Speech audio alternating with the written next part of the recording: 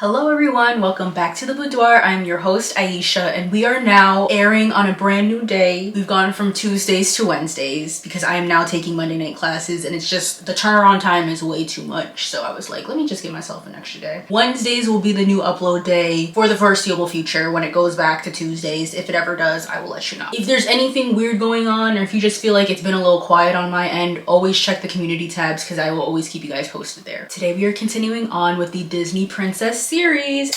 It's a very special day because we are doing my favorite princess as a child. This girl was just like, ugh, this is my first Halloween costume in kindergarten. Like, I just love her. We're gonna be talking about Aladdin, aka Princess Jasmine. And if you've been here with me since the beginning of this series, this started off as me like going back and seeing if all of these new age feminists have points, you know, where people will be like, oh, these princesses are just damsels in distress who are just waiting around for a prince, yada yada yada. As I've discovered, especially watching like the classic ones from the 50s, the 30s, and so on and so forth, that couldn't be farther from the truth. So this is now just turned into me just like doing a movie review, and it's been pretty fun. So without further ado, let's get into Aladdin. So as this movie is called Aladdin, we get to see a lot of his backstory. This movie does that perfect. The chemistry is off the charts with these two, and like even for it to be called Aladdin and it's like kind of his story a little bit too, he's still such a good character that it doesn't bother me that it's kind of about him in a sense. It doesn't feel like it overpowers Princess Jasmine. It doesn't feel like it overpowers any of the other side characters. The side characters were also great as well, and I feel like this movie was so well done. So we start off with Arabian Nights. You know, we set the scene. We're getting a very, you know, Middle Eastern vibe here. So this is our first movie where it's not about a white person, okay? We've had 4 or 5 princesses that were Caucasian, even though technically Little Mermaid is not canonly white. But let's be real, we've seen a lot of white faces, so this is the first time we're seeing somebody ethnic. And let's be real, that was a lot of the reason why a lot of like black girls and like POC gravitated toward Princess Jasmine, because that was the first time where we felt represented and we felt seen outside of like the typical blonde hair, blue-eyed white girl. Which is, I love my blonde hair, blue-eyed white girls. You know, Cinderella's my favorite, but you know, we need to see other people. Other people deserve to have their stories told, and so now we're doing this whole Arabian Nights theme. So we're getting introduced to this town called Agrabah, and he's showing us his wares. You know, he has this like funky hookah slash fry maker. This was like the era of George Foreman grills, and like everybody loved their gadgets, so I thought that was a really funny touch. And then he shows us this genie lamp, and he's like, this is the most special of them all. It has so many different powers, and this genie can grant you any wish. We're kind of keeping our eye on the lamp since that's going to be a major focal point of the story. Then we meet Jafar and his little bird sidekick Diago, and this guy is so cunty, but he's evil. But he is cunty, like, you have to admit. He's very sure of himself, very stoic, very flamboyant, kind of. Not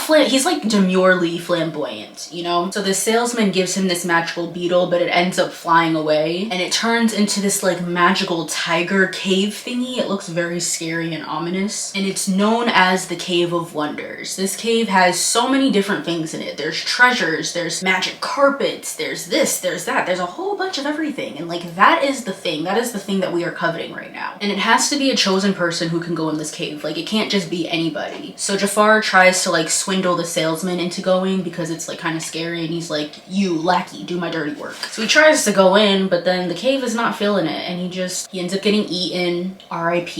And the cave is like, only send your baddest bitches, don't send me no randoms out here, send the baddest ones into my cave to get the lamp. That's it, so go search. And Jafar's like, okay, bet, I'ma find somebody, I'ma find a sucker. So then we meet Aladdin, and everybody knows, everybody, even the non like hardcore Disney people know that Aladdin is that one. Aladdin is that guy. We get to see a lot of his personality in this movie, and we get to see like his growth as a character, which was really beautifully done. Aladdin's basically a orphan street boy, you know, he doesn't have shoes, he doesn't have 2 pennies to rub together, like he's very broke. He's kind of this like street nuisance. The whole town knows that he's known for like thieving and stealing, but it's not like he's a bad guy. Like, it's not like he's maliciously out here trying to ruin these businesses. It's just he needs to steal in order to survive. Like, he doesn't even really have a home to go to. It's kind of just like this makeshift area that he and his little sidekick Abu stay in. And so, you know, the hitmen are chasing him all around town. He's causing a ruckus, but like this is his normal daily routine. You know, they're running and chasing after him, but Aladdin is always one step ahead because he does this. This is his life. So then, you know, the chase stops and he's finally able to sit and relax. Abu too, you know, they get their little piece of bread. They're ready to dive in. But then he sees two little poor street children. You know, it's a brother and a sister, and they're digging through the trash for fish bones and like anything to eat. And he feels bad, and he's like, this is when we start to realize it's not like he's just some crazy thug who just wants to cause havoc. Like, he's genuinely just trying to survive. So when he sees these brother and sisters, you know, all sad and hungry, he's like, you know what, let me give them this bread because they need it more than I do. I can find more food, but they're not going to do all of this that I'm doing. So he gives them the bread, and even Abu is like, fine, I know I gotta give them the bread. It's the right thing to do. And it's just a nice moment because we get to see his true personality and where his heart really lies. So then we see this prince coming in, this big grand entrance, and everybody in the town is stopping to look in awe. Aladdin and Abu too. They're all just watching this prince trying to be the one that the princess marries. So everybody's watching, but the kids that, you know, Aladdin just gave the food to, they kind of get too excited and like cause chaos in the middle of the crowd. And so Aladdin goes to try to save them, but then he gets caught again by the hitman. The man throws him to the floor, and then Aladdin basically calls him a jackass. It's kind of funny. And then the man calls him a dirty street rat, and then Aladdin starts to get sad because he's like, dang,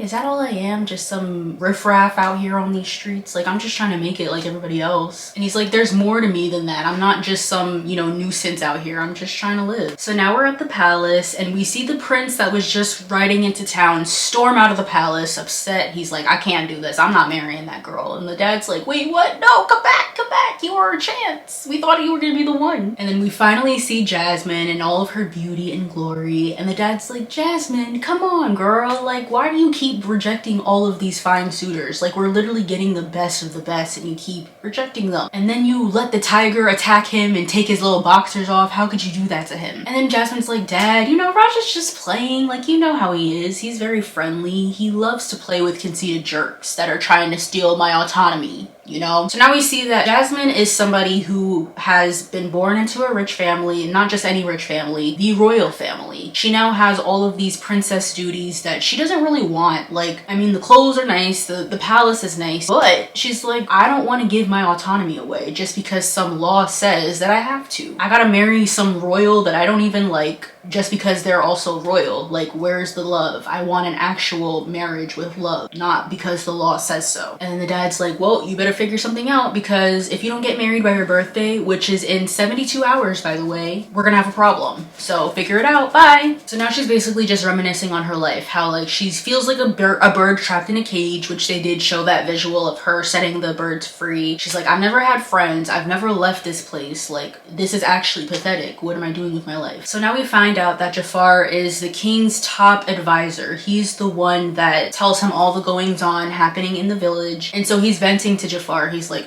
I just don't understand why she can't just get with the program. Like, come on. And then Jafar's like, that's sad. You know, maybe I can do something about that. If you hand over that diamond ring, what is that, about 10 carats? If you hand over that 10-carat ring over here, then maybe I can find her a suitor. And then he has this like snake thingy that he uses to hypnotize people, and so he hypnotizes the king, and the king's like, yes, you should take my ring that cost $1 million.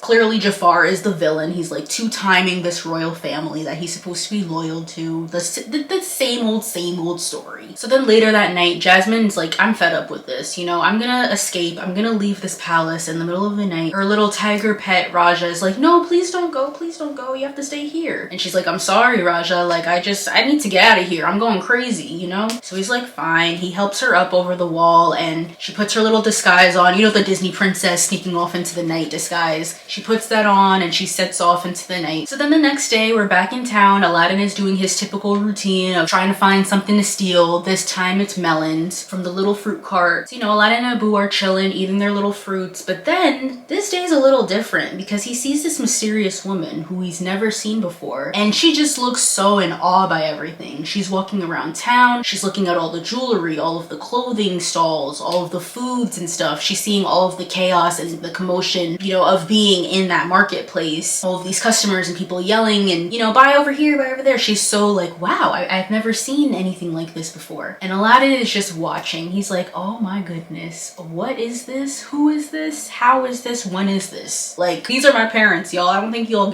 these are my parents biologically. So then she sees a hungry street kid and she's like, oh, let me just give give him this apple, or her, I don't remember if it was a boy or girl. But then she gives the kid an apple from the cart, but she doesn't realize like, oh, you can't just take this, you have to pay for it. And so the man that runs the cart grabs her and is like, hey, you gotta pay for that. And she's like, oh, I can just go home real quick and get some money because I don't have any with me. She's trying to reason with him, but this guy just escalates. He's like, you know what we do to people who steal, right? And he pulls out this big scary knife and he's about to chop her hand off. Oh my goodness. But then Aladdin comes in all smooth with the save, because you know he's street smart, he's street wise, so he knows how to throw people off. And he starts pretending that they're brother and sister, like, where have you been? I've been looking all over for you. And then Jasmine's smooth too, so she starts, you know, going along with it. She's like, oh, I'm sorry, I'm going crazy. Woo! Great swiftness, great timing, we love that. And you know, they're about to make it away scot-free, but then Abu, he drops all of the stuff. He's dropping jewelry, he's dropping munyon, he's dropping food, and then everybody's like, oh no, here they go. And they quickly get away, they get out of there. In the interim, Jafar and Diago the bird are spying on Jasmine and Aladdin with the ring that the king gave him, or that he took from the king, I should say. And he's like, oh, what's this? Okay, I see a little something happening over here. Let me just keep that in the back of my head for later. So they finally end up on this rooftop and Jasmine's like, thank you so much for saving me, like I really appreciate it. And he's like, you don't seem like a street girl, huh? You're not from around here, are you? And she's like, I catch on quick, you know how I do. You know, they have a little flirty banter going on, I like it. Abu and Aladdin are almost like impressed by her because she looks so prim and proper, and you know, because you know the Disney princess escaping into the night disguise is so good that he can't tell that she's royalty. Aladdin shows Jasmine where he stays and he's like, isn't it great? I mean, it's not much, but at least I get this beautiful view, and it's the view of her house, which is the palace. And you know, a regular person's gonna be like, whoa, I can see all of this cool stuff. And then she's like, geez, that's the place I've been trying to escape.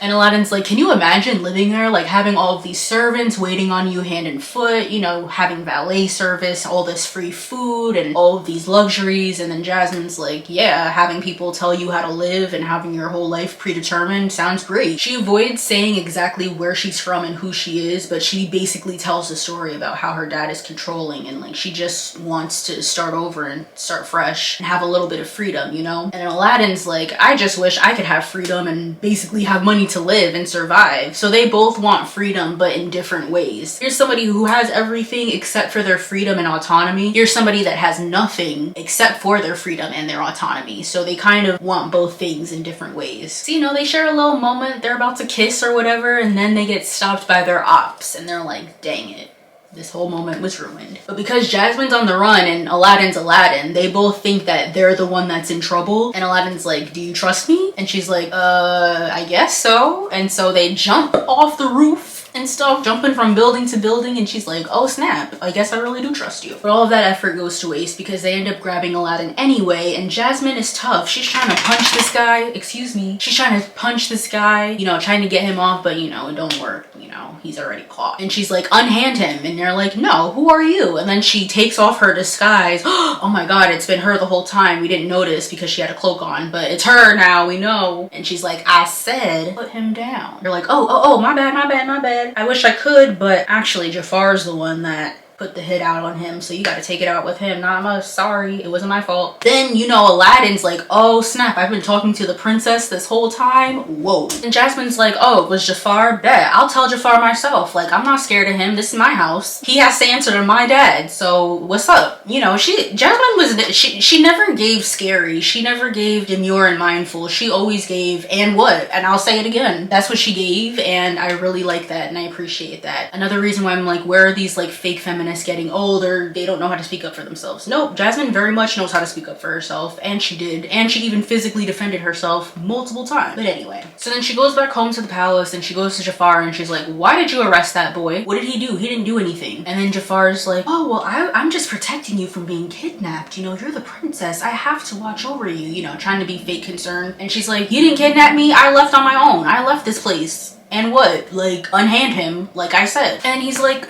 nope, he'll be getting beheaded tonight, bye. And then she runs away all sad, and then she goes to her room and she does the classic Disney princess cry, you know, when they cry like this. So now Aladdin's all locked up, they won't let him out, but Abu, you know, Abu is also savvy and quick with it too. So he comes through, he was able to steal the key, and he's able to undo the shackles. Then this older prisoner comes, and he's kind of like trying to talk to him, trying to give him some words of advice. You know, so this prisoner, quote unquote, is like, oh, I know about this magical cave, and if you take this route and you go here and you go there, there's all of the treasures you could ever want, but you have to follow me, wink wink. But it's Jafar. It's Jafar and Diago just trying to pull the wool over his eyes. Come on now. But they end up going to this cave and they're like, okay, I guess I'm going in now. And the cave is like, you can enter, but don't touch nothing. Don't touch nothing in my house. When we get in this store, you can look, but don't ask for nothing. Don't touch nothing, okay? And the old man's like, remember, if you get me that lamp, I'll give you your reward. Just trust me. So him and Abu set off in this cave and they see it's like filled to the brim with stuff and all these different wares and carpets and lamps and jewels and everything is in here, you know? And these are thieves, these are street people. So they're seeing all of these treasures. They're like, we've never seen this much treasure in our lives. Like, we really could cash out right now. You know, if it wasn't for the scary caveman, you know, we would definitely cash out because you know how we do. But you know, they said don't touch nothing, so we're not going to touch nothing. So we see this magic carpet and it starts following Abu around, kind of like playing hide and seek with him. And Abu's getting a little nervous, like, hold on, wait, is some spooky activity going on? Let's hurry up and get out of here. The carpet ends up introducing himself somewhat to them, and like, you know, he's excited to be used and move around because he hasn't been moving for years, so he's excited to finally have new people to talk to. So he's kind of like helping them out, trying to find the lamp. Aladdin finally finds the lamp and he's like, this is it? Like, this is what we've been searching for? I mean, I guess. So they're like, he's like, cool, I found it. But then Abu, his little self, he touches something and they said not to touch, and now he touched it. So now the cave is going crazy. The cave is upset. It's like, there's lava everywhere and they gotta get out of there now. The old man, aka Jafar, is like, just give me the lamp, and then you'll survive, I'll save you. So he gives him the lamp and he's like, haha, sucker, and he's about to like let him fall. Abu bites his arm and they fall down into the cave again, but the magic carpet saves them so they don't actually get hurt. And Jafar ends up losing the lamp because Abu saved it. So then Aladdin's like trying to rub the lamp because it's dusty. He's trying to see like, how do you activate it? But rubbing it is what activates it. So you know, this lamp is going crazy. This blue cloud of smoke comes out and we see the Genie, okay? We see the fan favorite, everybody loves him, the Genie. He has this huge entrance, his grand song. He's explaining about all he can do and how he only has 3 wishes, and of course one of them being you can't wish for more wishes, because that's what I would have done, child. I would have wished for unlimited wishes, okay? Unlimited. And he also can't wish for anybody to fall in love with him, and you can't wish for somebody to come back to life. So a couple of caveats there, but because Aladdin is the one who activated the lamp, he is now the Genie's master, and so he gets to have any 3 wishes of his choosing. I love the Genie. I love that he's pretty much like Aladdin's fairy godmother, like Cinderella. You know, everything always got to go back to Cinderella. But that's why I was like, I don't mind that a lot of this movie kind of was about Aladdin, because his story is so interesting and his character development is so good that like, he deserves to have this magical Genie as his sidekick. Like, we deserve to see him happy. He's had to fight and scrap his whole life, and so now he finally gets to taste like what it's like to have a little bit of freedom and power almost. And so they fly out of the cave on the carpet and everything is all well. Now we're back at the palace and the king's like, Jafar, you really gotta discuss these beheadings with me first. Like, you see how upset Jasmine is? She's so sad. Like, you gotta talk to these things about with me first. Which I don't know why that wasn't already protocol. Like, sir, why were you not on top of these things? Especially if somebody was falsely accused of something. But, you know, we're just gonna glide past that one. So then Jafar, you know, he's all fake and stuff. He's like, Jasmine, I'm so sorry, okay? I'm so sorry, you know? I didn't mean to upset you. My girl Jasmine's like, oh, it's okay, don't worry, because when I'm queen, I'm gonna make sure your ass has no job, no nothing, no pension, no social security. So you can be sorry now, but you'll be sorry later, I promise you that. And then Diago the bird's like, wait a minute, why don't you be the the one to marry Jasmine. Like, I think that would be perfect. Okay, so now we're back with Aladdin and the Genie and Abu. And the Genie's like, okay, so you already used one wish. Now you have two left. What are you gonna use them for? And then Aladdin's like, well, technically, I didn't actually wish for us to be out of the cave, so that was on your own volition. So I have 3 wishes, actually. And the Genie's like, dang, you're good. I got a good master right here. So he's trying to think, like, what would I wish for? You know, I only get 3 of these. Genie, what would you wish for if you were in my position? And the Genie's like, honestly, the only thing I want is freedom. I'm tired of being forced to do something. Like, I'm tired of being trapped in here. Notice how all of these characters are trapped in a different way and they all want freedom. Genie has all of this power. He can literally make anything happen. He's almost like a god within the 3 allotted wishes, but he's still trapped. Like, he still has to follow the orders of whoever the master is. Aladdin is free. Yeah, he can roam the streets all he wants to, but he doesn't even know when his next hot meal is coming. Jasmine, yeah, she has this beautiful palace. She has all of these beautiful jewels and clothes, but she's being forced to marry somebody she don't want to marry and live this life she doesn't want to live. Everybody's trapped in their own different ways. And then this part is cool because I think this is when they really started like doing all of the fun little Easter eggs and hidden Mickeys in these Disney movies. So we see Genie transform into Pinocchio. We see him transform into Goofy at one point, but that comes at the end of the movie. And then he turned into Sebastian at one point. Like, it was so funny seeing all of those different characters. I love stuff like that. So then Aladdin's like, you know, I really am in love with that Jasmine girl and I really would like her, but she's only gonna marry a prince and I'm clearly not a prince. So, and then the Genie's like, well, remember, I can't make you fall in love with her, so you gotta find another workaround. And he's like, wait, why don't I just make you a prince? Wish to be a prince and then now you can marry her. And he's like, wait a minute, you're right. So, you know, he gives him this fancy prince getup. He's now Prince Ali. He turns Abu into an elephant. And so they ride off into town, you know, his big princely entrance. The king's like, wait a minute, who's this new guy that's coming into town? He looks promising. You know, the whole town is in awe because he has this big performance. You know, Genie's always gonna do it up. He has the song and dance, the musical numbers down packed. He has the background dancers. Everybody is in their rightful places, okay? But Jasmine's like, oh god, great, another prince who's full of himself and is gonna try to profess his love to me. I can't wait. And then Dad is like all hype and like, oh my god, this could be the one that marries her. And Jafar's like, well, why don't I marry her? They're basically talking for her as if she's not standing in the same room as them. And so she gets fed up. She's like, am I not standing in the same room as y'all and y'all are just talking over me like I'm not here? Y'all are just deciding my fate as if I don't have a brain for my own. Like, what's going on here? So she's like, F this, I'm out. Like, I'm not about to stay for another prince thing. Like, I'm done. I'm over this. So then Aladdin's like, dang, how am I gonna get her to like me? Because like, she already is like turned off by this whole idea of being married. So how am I gonna convince her to like me, you know? And then Genie and everybody's just like, just be yourself. Just tell her the truth. Like, she's gonna like you. Remember how she was jumping off roofs with you? Like, she's gonna like you. But he's scared. He's like, I don't want her to think that I'm just some dirty street rat that everybody keeps calling me, you know? So I gotta at least try to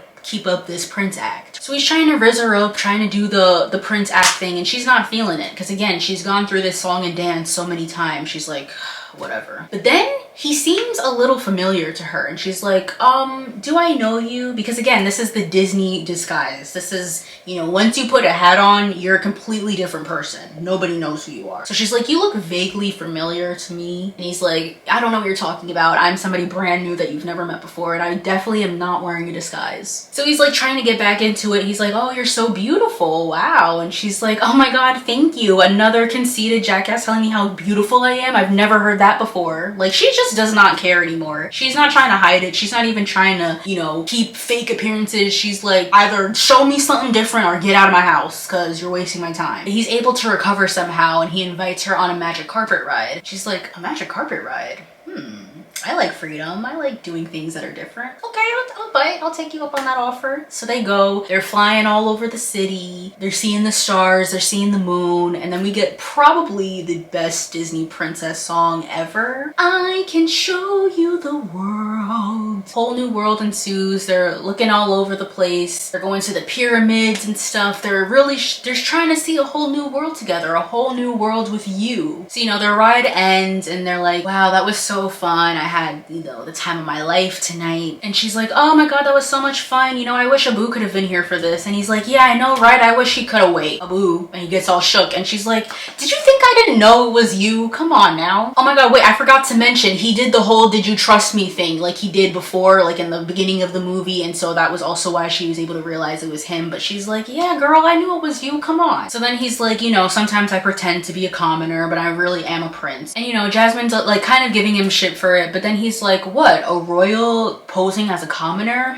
Where have I heard that before? And then Jasmine's like, okay, touche, you're right. So then they fly back home and they kiss goodnight, and it's a very beautiful moment. And then again, I'm just like, ugh, mom and dad, love you. Thinks he's won, he thinks he has it, but then the hitmen capture him again. And Jafar's like, finish him off this time, please. And so they tie him up and they literally throw him into the bottom of the ocean. And my heart was actually racing in this scene because I was like, what the hell? Why is this so violent? So as he's floating to the bottom of the ocean, he is losing consciousness, but with his hand, he was able to just right rub the lamp, and the genie is able to save him. So now we're back at the palace, and Jasmine's finally happy. She's like, Dad, I know you've been hounding me about this marriage thing, but I think I finally found the one. But Dad is under hypnosis. He's under that snake hypnosis that Jafar put under him. So he's like, you will marry Jafar and you will be happy. And she's like, hell no, I won't. I will not be marrying that man. So try again. And then Aladdin shows back up and he's like, you just tried to have me killed. Like, I'm telling on you. And Jasmine's happy that he's here, but she's also like, what? Again? And Jafar and the bird are shook because like, surely he should have died. Like that surely should have killed him. But you can't kill a bad bitch. Like, you should know that by now, okay? So he's alive and well, and he's like, you just tried to set me up. And he sees the snake stick that hypnotizes the dad, and he breaks it once and for all. And the hypnosis is finally broken. Then the dad, Jasmine, and Aladdin are cornering Jafar, okay? And this is actually a badass scene because they're all pissed off. They're like, what? You've been betraying us this whole time, using tricks and schemes and lies, and they're not having it. So the dad orders the guards to get Jafar and take care of him. But you know, he's also geeked and he's hyped because like, wait,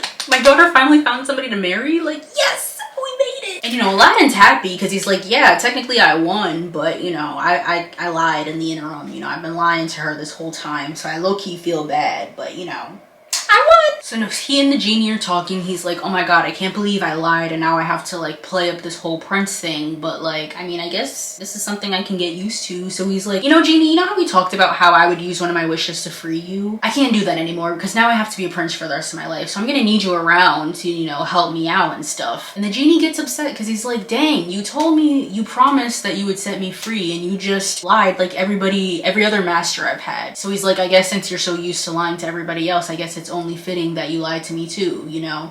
Burn. So Aladdin's like, dang, I feel bad low-key, but oh well, I'm the prince.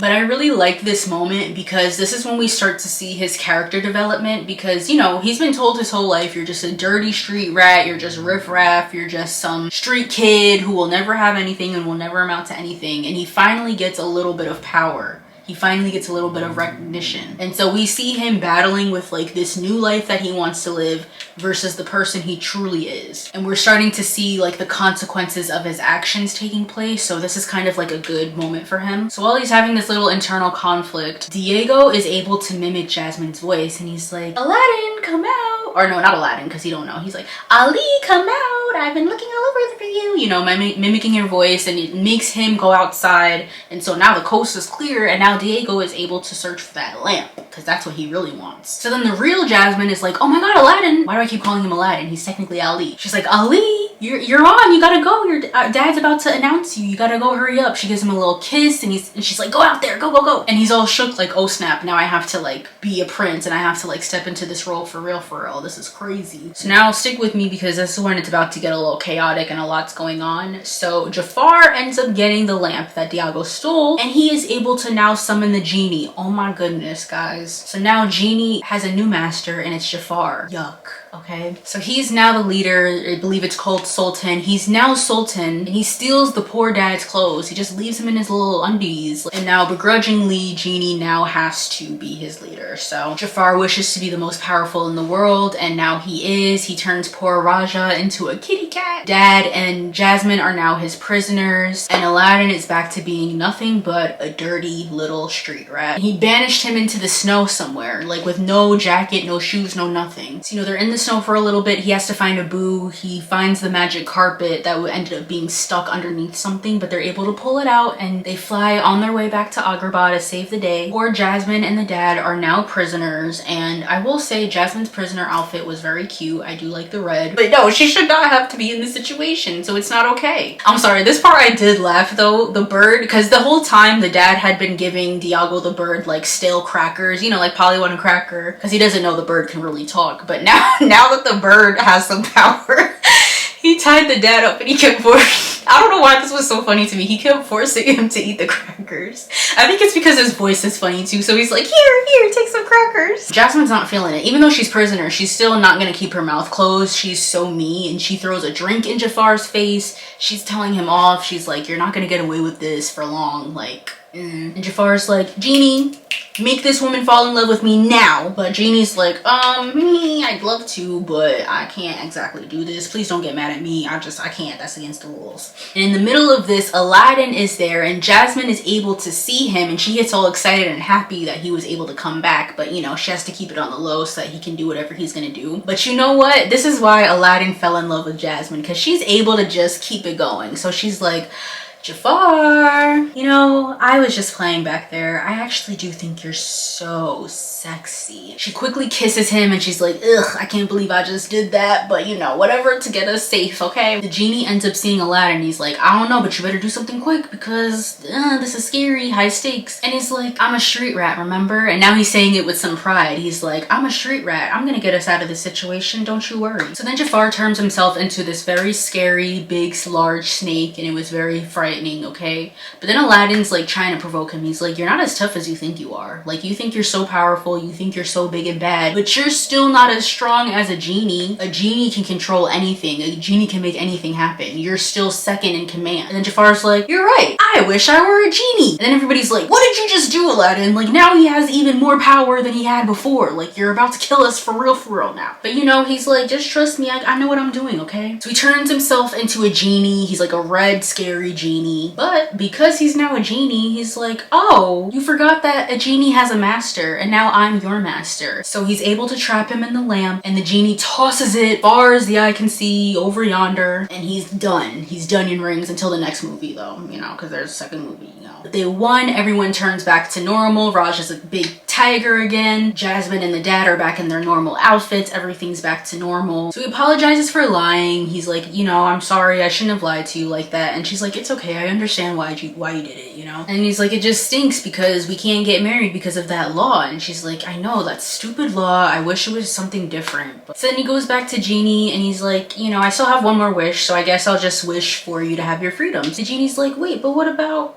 the girl? Come on, man, you can't do that. A girl like her only comes around once every million years, and trust me, I've been there for them, so come on, just go back. And he's like, I'll really miss you, Genie, you know? But then the dad's like, you know what? F this law. We don't need this law. You just saved my daughter's life and mine. Okay, I think you've proven yourself worthy. So from here on out, the princess shall marry only who she wants to marry. This law is now null and void, and everybody's all happy. They get to be together. They all have a big group hug, and Genie's off to freedom. It looks like he's off to go to Disney World because he has his little goofy hat on, and so he rides off into the sunset. And then Aladdin and Jasmine share a kiss, and they fly off into the night on their magic carpet. All lived happily ever after. And that was Aladdin. What a great movie, okay? First of all, I'm so happy that what my favorite princess growing up actually held up and stood the test of time. I was so nervous, okay? Because Ariel was my other favorite, and while I did like that movie, it just wasn't giving me like the nostalgia feelings that I thought I would have. This movie did though. This movie absolutely stood the test of time. Jasmine is in my top 3. It is now Cinderella, Belle, and Jasmine. It's not even in any order. Like, they're all ranked the exact same for me. Those are my top 3 princesses right there. So what did I think about this movie? I think that this movie was a really great story about different types of people looking for their own types of freedom. We see this rich, privileged, you know, royalty princess girl who should be happy with the life that she has. Like, she doesn't have to want for anything. Everything everything she wants is literally in that palace, but she has all of these men telling her how to live, and she's like, you know, I recognize that this is a law or whatever, but I still deserve to have my autonomy, law or not. Like, this is just not right. And so she's escaping because she finally just wants to do what she wants to do. Aladdin grew up poor his whole life. He doesn't have family. He doesn't even have shoes. Like, he has to fight every single day to see another day and live. And so he technically has the freedom that she wants, and she has the stability that he's looking for. Then we have the genie, who has been trapped for however many years listening to whatever master tells him, and he's probably seen all different types of wishes throughout his time. And so he's basically had to live other people's lives for them and like fulfill other people's dreams through them.